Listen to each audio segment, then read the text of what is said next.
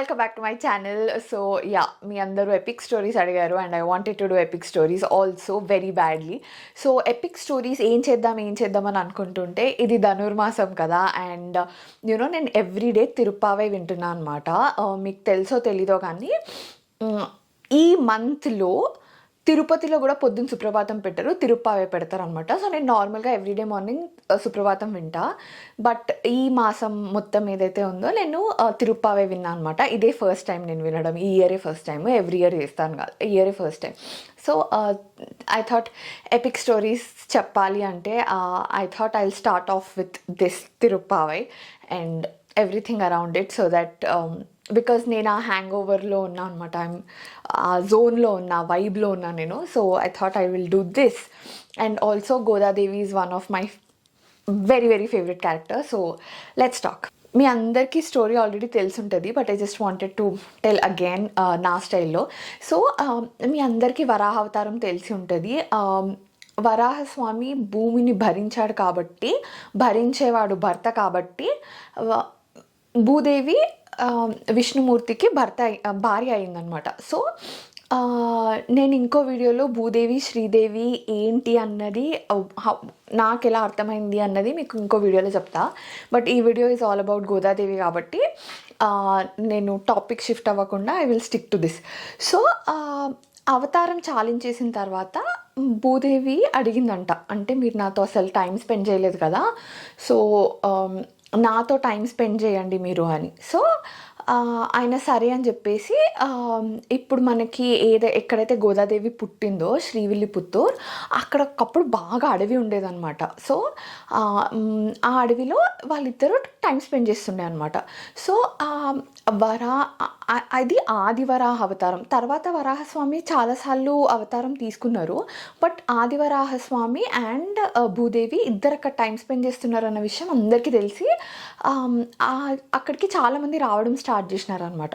So ఎప్పుడైతే ఇంకా enough of spending time అని వాళ్ళకి ఒక లిమిటెడ్ పీరియడ్కి ఉంటారు కదా, వెన్ దే హ్యావ్ అదర్ లోక కళ్యాణం కోసం చేసే వేరే పనుల కోసం ఎప్పుడైతే స్వామి వెళ్ళిపోయారో, సో వెళ్ళిపోయేటప్పుడు అక్కడ ఉన్న ఎవరైతే అందరు అక్కడికి వచ్చిన వాళ్ళు ఎవరైతే ఉన్నారో, ఇక్కడ ఈ ఆదివరాహ స్వామి లాగా కాకుండా ఇంకో అవతారంలో ఉండమన్నారంట. సో ఆయన వటపత్ర సాయిలా ఉన్నారనమాట. వటపత్ర సాయిలాగా అక్కడ ఒక వటపత్ర సాయి టెంపుల్ స్వయంభూగా ఆయన అక్కడ ఉండిపోతే అక్కడ ఒక టెంపుల్ కట్టినారు అనమాట. సో తర్వాత అది అక్కడికి జనాలు రావడము, అదొక చిన్న ఏమంటారు విలేజ్ లాగా అయిపోయిందనమాట. సో అదే Srivilliputhur.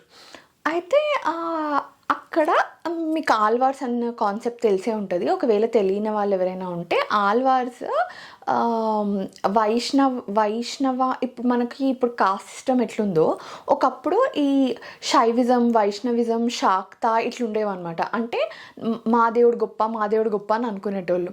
But it is very important for people to pray to different kinds of avatars. ఇది మీకు వేరే వీడియోలో చెప్తా ఎందుకు అని. సో వైష్ణవిజం చాలా తగ్గిపోతుంది అని అన్నప్పుడు విష్ణుమూర్తికి ఆయన పరివారం ఏదైతే ఉంటుందో వాళ్ళు వైకుంఠంలో వాళ్ళ అంశాలుగా భూలోకంకి వచ్చి విష్ణుమూర్తి ఆయన గొప్పదనము, ఆయన సెంటర్డ్గా ఉంటే ఎలా ఉంది యూనివర్స్ అన్నది ప్రచారం చేశారనమాట. అంటే వైష్ణవిజంని బాగా ప్రచారం చేశారనమాట ఆల్వార్స్. సో అందులో పెరియాల్వార్ అనే అతను శ్రీవిల్లిపుత్తూరులో పుట్టారనమాట. సో ఆయన అసలు పేరు విష్ణుచిత్తుడు. సో అయితే ఆయన ఇలా శ్లోకాలు రాయడము, పోయమ్స్ రాయడము, అక్కడున్న వటపత్ర సాయికి మ్యాడ్ డివోషన్ ఉండేదన్నమాట ఆయనకి. సో మీకు వేరే ఏ రిలీజియన్లో లేనిది ఈ రిలీజియన్లో ఒకటి ఉంటుంది. ఏంటి అంటే you can own the God. అర్థమైందా? నువ్వు దేవుణ్ణి ఓన్ చేసుకోగలవు అనమాట. అంటే ఎట్లా అంటే, ఇప్పుడు నేను ఒక దేవుణ్ణి పూజిస్తున్నా అనుకోండి, అది ఎవరైనా సరే, ఫర్ ఎగ్జాంపుల్ కృష్ణుడు అనుకుందాము, నేను కృష్ణుడిని పూజిస్తున్నా అంటే ఐ కెన్ ఓన్ హిమ్. ఎలా అంటే నేను స్నానం చేపించగలుగుతా, నాకు నచ్చిన ఫుడ్ పెట్టగలుగుతా, నేను ఎంతైనా ప్రేమించగలుగుతా, నేను ఎంతైనా ఆయనని నా అని అనుకోగలుగుతా అనమాట. That is the beauty of this religion, that you can own your God. అయితే అలా విష్ణు చిత్తుడికి ఎట్లుంటుందంటే, నేను మ్, ఎంత సేవ చేస్తే అంత సంతోషపడుతుంటాం అనమాట. ఇది ఇప్పటికీ ఉంటుంది చూడండి. అందుకనే మనము చాలా టెంపుల్స్లో కొన్ని ఎక్స్ట్రావగంట్ సేవలు చేస్తాము. ఇట్లా ఊరేగింపులు కానీ, ప్రసాదాలు కానీ, అవి ఓవర్ ద టాప్ చేస్తాం అనమాట. ఎందుకంటే it's a way of showing our love. దేవుడికి ఇవన్నీ ఇంపార్టెంట్ అని కాదు. సో పెరియాల్ వారు ఏం చేస్తుండే అంటే, ఆయనకు ఒక తులసి వనం ఉండేది, ఒక పూల తోట ఉండేది, ఒక ఇలా ఒక బావి ఉండేది ఎక్స్క్లూజివ్గా. అందులోంచి వాటర్ తీసి పూలకి పోసి ఆ పూలు తెంపి దాంతో మాలలు అల్లి ఆయన చేత్తో దేవుడికి వేసేటోళ్ళు అనమాట. అంటే అది ఆ సేవ ఏంటి అంటే, నువ్వు స్టార్టింగ్ నుంచి ఒక దాంట్లో ఉంటావు. మంచిగా పెంచాలి, మంచిగా పూలు రావాలి, ఆ పూలు ఇంత బాగుండాలి, ఆ పూలను నేను ఒక్కొక్కటిగా తెంపి అల్లాలి, ఇంత మంచి పూలదండని నా కృష్ణుడు వేసుకుంటే ఎంత బాగుంటాడో అన్న ఆనందంతో తీసుకెళ్ళి వేయాలి. సో అలా ఆయన లైఫ్ని ఎంజాయ్ చేస్తుంటాడు అనమాట బాగా. సో ఇలాంటప్పుడు ఏమవుతుందంటే, ఒకసారి ఆయన తోటలో ఒక చిన్న పాప కనిపిస్తుంది అనమాట. సో ఆ తోటలోకి వేరే వాళ్ళు ఎవరిని రానియడు అనమాట. అంటే ఆయన పనులను పెట్టి చేపియాడు. ఆ పని దేవుడి సేవ కాబట్టి ఆయననే ఫిజికల్గా అంత ఎఫర్ట్ పెడుతుంటాడు అనమాట. సో నిన్న రాత్రి వరకు ఇదంతా బాగానే ఉంది, ఇక్కడికి ఎవరిని రానియను, ఈ పొద్దున్న లేచేసరికి అమ్మ ఎక్కడి నుంచి వచ్చిందో అనుకొని, ఇదంతా దేవుడి ప్లేస్, ఇక్కడ చేసేది ప్రతిదీ దేవుడికి అన్నట్టు ఆ చిన్న పాపని తీసుకెళ్ళి, నువ్వు కూడా దేవుడికే ఇంకా అన్నట్టు తీసుకెళ్ళి అక్కడ టెంపుల్లో పెట్టిండంట. ఇప్పుడు దేవుడు చెప్తాడు ఏం చేయాలో అని. అప్పట్లో వీళ్ళ డెడికేషన్ ఎలా ఉండేదంటే, they use to have conversations. అప్పట్లో కూడా కాదు, మనము రీసెంట్గా వెంగమాంబ గారి స్టోరీలో కూడా చూసాం, దేవుడు తనతో ఎలా స్పెండ్ చేసేవాడు టైం అని. సో ఇలా అక్కడ పెట్టేస్తే పైనుంచి ఆకాశవాణి వినిపించింది, దట్ లేదు తను భూదేవి అవతారము, నీ కూతురులాగా పెంచుకో అని. సరే, ఇంకా నీ ప్రపంచంలో ఉన్న నేను అన్నీ మెటీరియలిస్టిక్ థింగ్స్ వదిలేసిన నేను, అట్లాంటిది ఇప్పుడు నాకు కొత్త రిలేషన్షిప్ వచ్చింది అని ఆ పాపని అసలు ఆయన ఎత్తుకున్నప్పుడే ఆయనకి ఒకలాంటి ఫీల్ వచ్చిందనమాట. He felt immense love towards that baby. So సరే అని చాలా ముద్దుగా పెంచుతుంటాడు అనమాట. సో ఆమెనే మన గోదాదేవి. సో ఆమెకి ఆ ఇంట్లో కృష్ణుడిది చిన్న చిన్న మూర్తి, ఆమె ఆడుకోవడమే కృష్ణుడి బొమ్మలతో ఆడుకుందనమాట. సో ఆమె రోజు కృష్ణుడి కథ, వాళ్ళ డాడీ దగ్గర ఇట్లా కృష్ణుడి కథలు వినేది, వాళ్ళ డాడీ భక్తి చూసేది. ఇప్పుడు పేరెంట్స్కి ఒకలాంటి అలవాటు ఉంటే పిల్లలకు అదే అలవాటు వచ్చేస్తుంది కదా, అదొకటి. అండ్ తన ఈ జన్మనే షీ ఈజ్ ఆమె విష్ణుమూర్తి ఎటర్నల్ కపుల్. సో వాళ్ళకి పుట్టుకతోనే అట్రాక్షన్ వచ్చేస్తుంది అనమాట. So she was very attracted to Krishna. అయితే వాళ్ళ డాడీ ఈమె కొంచెం పెద్దగా అయిన తర్వాత, ఇప్పుడు నువ్వు పెద్దగా అయిపోయినావు, నువ్వు పూల తోటకు రాకు అని చెప్తాడు అనమాట. ఎందుకంటే ఆ పూల తోటకు వచ్చినప్పుడు ఎప్పుడన్నా తనకి డేట్ వచ్చినా అట్లా ఏమన్నా వచ్చినా వద్దు, దేవుడి సేవకి ఇంకా అవి పనిచేయవు కదా, వద్దమ్మా నువ్వు రాకు అని చెప్తాడు. కావాలంటే నేను అవి తెచ్చిస్తా, అవన్నీ పూలు ఇక్కడ తెస్తా, నువ్వు అల్లు మాలలు అని చెప్తాడు అనమాట. సరే ఓకే అని చెప్పేసి ఏం చేస్తుంది, మాలలు అల్లుతుంది. మాలలు అన్నీ అల్లిన తర్వాత ఆ మాలని ఇలా మెడలో వేసుకుంటుంది అనమాట. వేసుకొని అప్పుడు అద్దాలు ఉండేవి కాదు కదా, అక్కడ ఒక బావి ఉంటుంది అనమాట, బావిలో వాటర్ ఉంటాయి కదా. సో వెళ్ళి ఆ బావి దగ్గర తన రిఫ్లెక్షన్ చూసుకునేది, అబ్బా ఇందులో నేను బాగున్నానా, సో ఇప్పుడు నేను కృష్ణుడి పక్కన నించొని నాకు కూడా మాలేసి కృష్ణుడికి కూడా మాలేస్తే మేమిద్దరం అంటే ఈడు జోడులాగా ఉంటామా అని ఇలా చెక్ చేసుకొని వాళ్ళ డాడీ వచ్చే లోపల తీసి బుట్టలో పెట్టేసేది అనమాట. సో మీకు ఇది తెలుసో తెలీదో నాకు తెలీదు, కానీ ఇలా అయోనిజలాగా నాట్ నార్మల్ హ్యూమన్ బీయింగ్స్ ఎవరైతే ఉంటారో వాళ్ళ దగ్గర కొన్ని థింగ్స్ ఉంటాయి అన్నమాట. లైక్ ది స్మెల్ అమేజింగ్, వాళ్ళకి ఇట్లా ఒక దివ్య పరిమళం అని అంటాం కదా, అలాంటిది ఒకటి ఉంటుంది అనమాట. అండ్ వాళ్ళ హెయిర్కి ఒకలాంటి ఏమంటారు, ఒక టెండెన్సీ లాగా ఉంటుంది అనమాట, that it becomes very long and చాలా బాగుంటుంది. అండ్ వాళ్ళకి ఒక గ్లో ఉంటుంది వాళ్ళ చుట్టూ. సో ఇలా తెలిసిపోతుంది అనమాట that these are not normal human beings అని. అయితే ఏమంటారు, ఆ బుట్ట తీసుకెళ్ళి ఎప్పుడైతే ఆ గుడిలో అర్చకులకి ఇచ్చినారో, విష్ణు చిత్తుల వారు ఎప్పుడైతే ఇచ్చినారో, ఆ దండ తీసుకున్న పురోహితులకి ఏంటి ఇంత వాసన వస్తున్నాయి పూలు, ఈ పూలలో నార్మల్ వాసన కన్నా ఇంత దివ్యంగా ఎట్లొస్తున్నాయి అని అనుకున్నారు. సరే అని చెప్పేసి దేవుడికి అలంకరించినారు, అయిపోయింది. నెక్స్ట్ డే కూడా అట్లానే పూలు వచ్చినాయి. నెక్స్ట్ డే కూడా అట్లా ఇవి ఏదో వేరే లోకం నుంచి వచ్చిన పూలలాగా ఉన్నాయి. దేవుడికి అలంకరించినారు. దాని తర్వాత వాళ్ళకి ఆ పూలదండలో ఒక పొడువు వెంట్రుక కనిపించింది అనమాట. సో పొడువు వెంట్రుక కనిపించేసరికి వాళ్ళు అనుకున్నారు ఇది ఖచ్చితంగా అమ్మాయి వెంట్రుకే.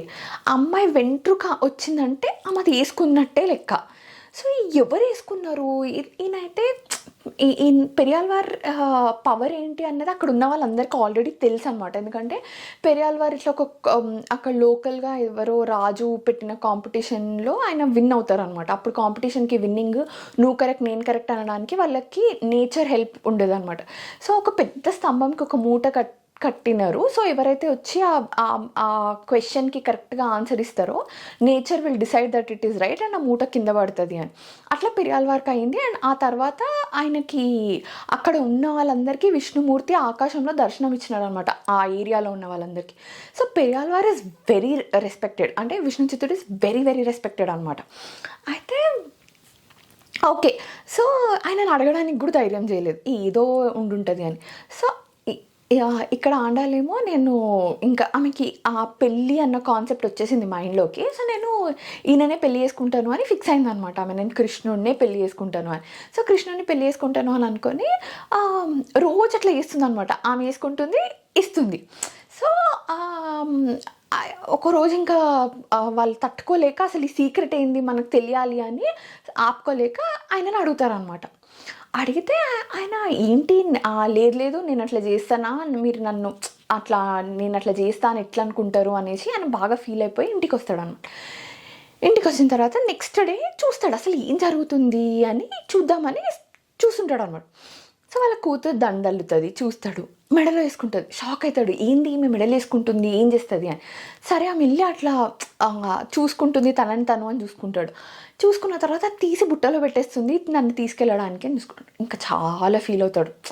ఇంకా ఎంత పని చేసినావు నువ్వు, అసలు ఒకరు వేసుకొని తీసిన దాన్ని నిర్మాల్యం అని అంటారు, అది పూజకి పనికిరాదు, అట్లాంటిది నువ్వు వేసుకొని పక్కకు పెట్టింది నా కృష్ణుడికి సమర్పించేటట్టు చేసినావా నన్ను అని చాలా ఫీల్ అవుతాడు అనమాట.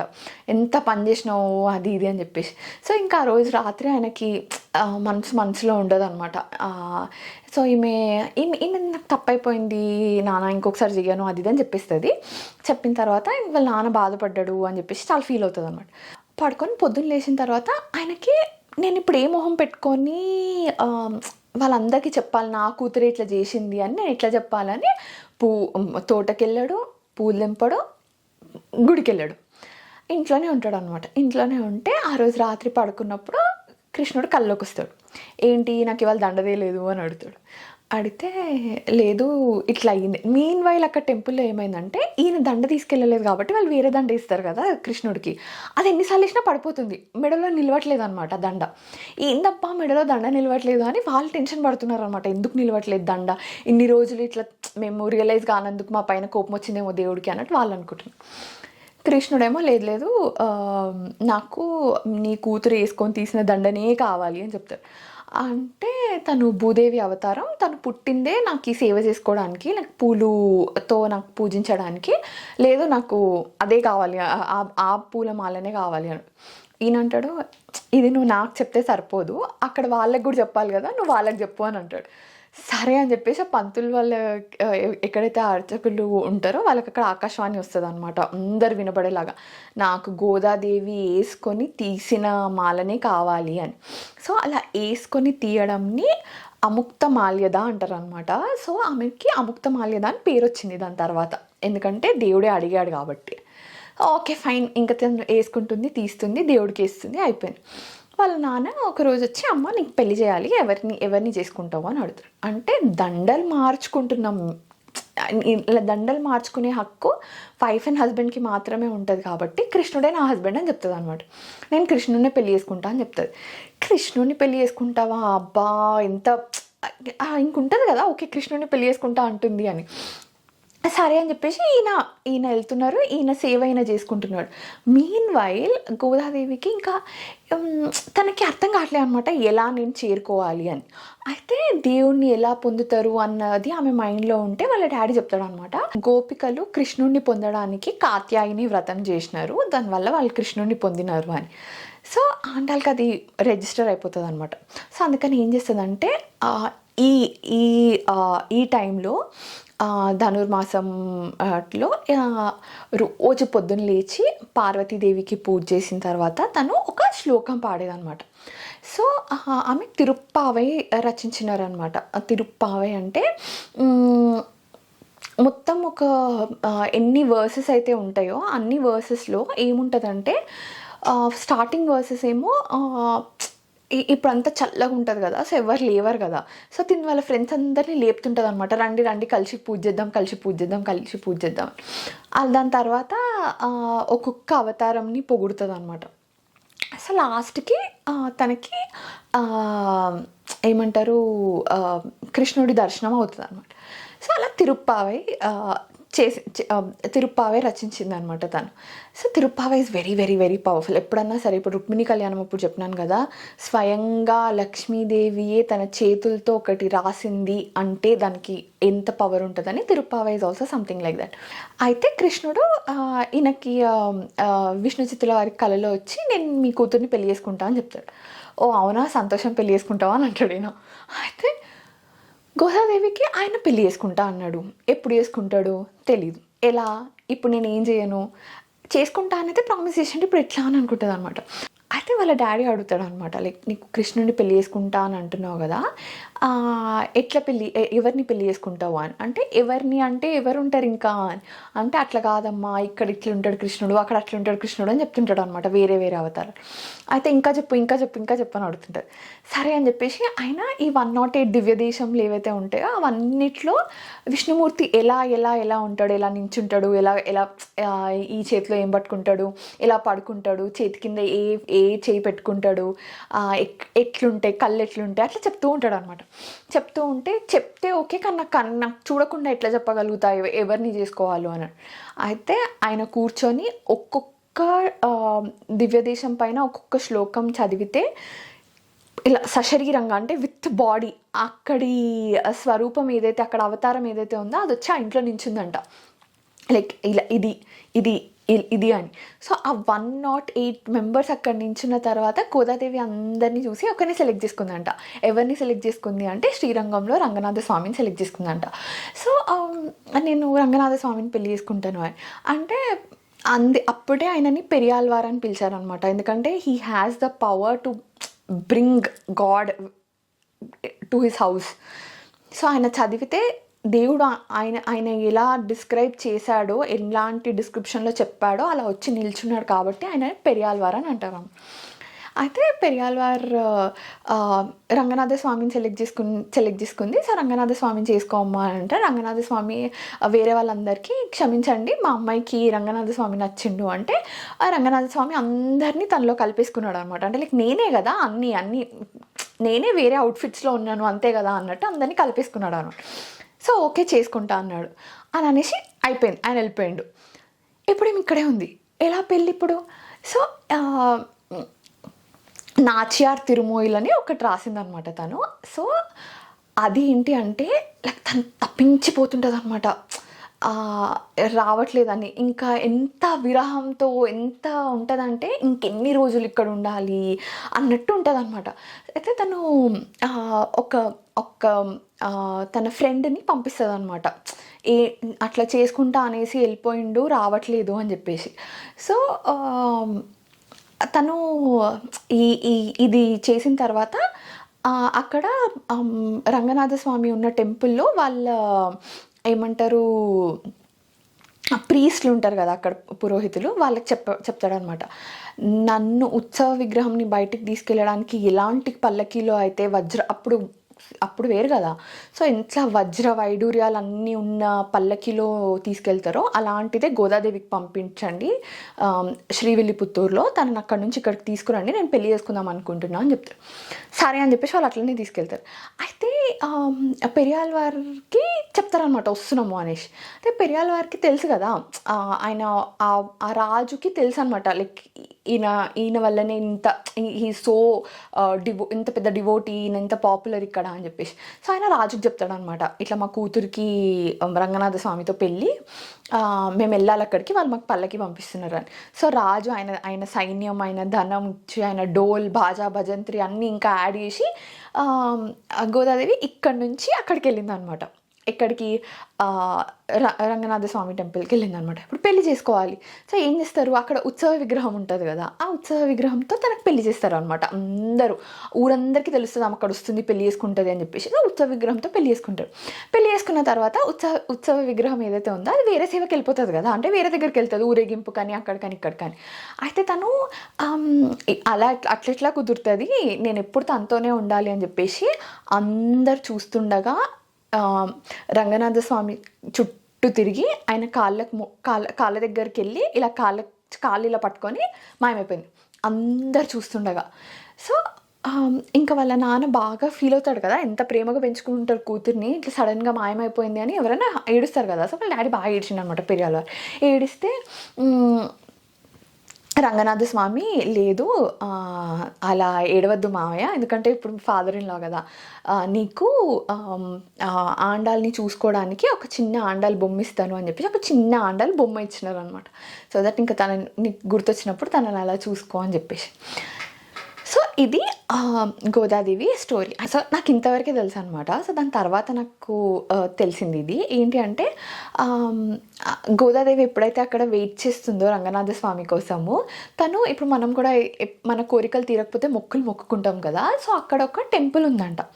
సో ఆ టెంపుల్లో కృష్ణుడు టెంపులే ఉందంట. ఆ టెంపుల్లో మొక్కుకుంది అనమాట. తను ఏం మొక్కుకుంది అంటే 100 బిందెల వెన్న, 100 బిందెల పరమాన్నం నీకు సమర్పించుకుంటా, ఒకవేళ నాకు రంగనాథ స్వామితో పెళ్ళి అయితే అని. పెళ్ళి అయిపోయింది, తను అంతర్ధానం అయిపోయింది. ఇప్పుడు ఆ మొక్కు ఎక్కడ వెళ్ళిపోతుంది. అయితే మీకు రామానుజాచార్య తెలుసు కదా, మీకు